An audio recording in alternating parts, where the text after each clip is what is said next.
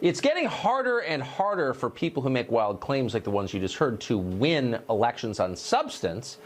But coming up, they may not have to. America's largest tech companies are overwhelmingly in the Democratic column, and they're not afraid to use their power for ideological purposes. Tonight, we have a remarkable guest joining us. He's a current Google employee who says his company is far from politically neutral. Greg Coppola is a current Google engineer, and he joins us tonight. Greg, thanks very much for coming on. Hey, thanks. So, great to be here. First of all, I'm grateful that you're here. I'm surprised that you're willing to come on and speak to us live, but we're thankful. You're telling us that Google is what they claim not to be, which is partisan and political. Is that correct? Well, here's what I would say. I would say that as a user of various tech products, I noticed a lot of the same biases that a lot of people have been concerned about in terms of the end result. And yes. The one thing I just want to communicate to anyone maybe who isn't used to launching software products into production, that basically any software launch reflects the outcome of thousands of human decisions. If you made different human decisions, you would get a different result. And so if you see a result, if you see a resulting end product that seems to encode a bias of one sort or another, there must have been that bias in the process that produced the end result. Because like I say, different human decisions that went into the process would produce completely different results. So this gets to the core business at Google and the core question about Google, which is Google search.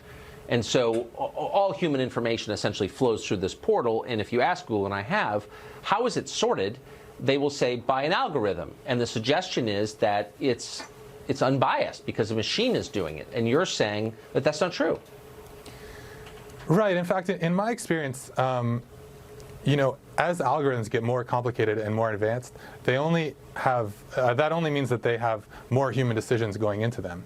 So there's actually more opportunities for human beings to influence, the final product. So this is a meaningful. This is not an academic conversation because we've got a presidential campaign on the horizon, and again, all American voters get the bulk of their information about everything, including candidates, on the internet, and Google, of course, is the portal to the internet.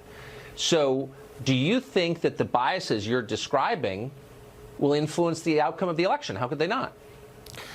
I think it is going to. If people aren't able to think critically about all the information that they're being given, especially if there's kind of this illusion that maybe somehow technology exists in a world that's completely apart from humans, that somehow you can create a computer that will think for itself and be free of any human biases, then people could be easily misled or manipulated.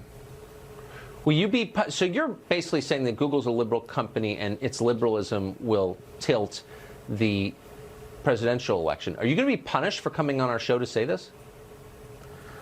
I'm not sure what's going to happen. I'm on administrative leave at the moment, and I'm not sure about the future.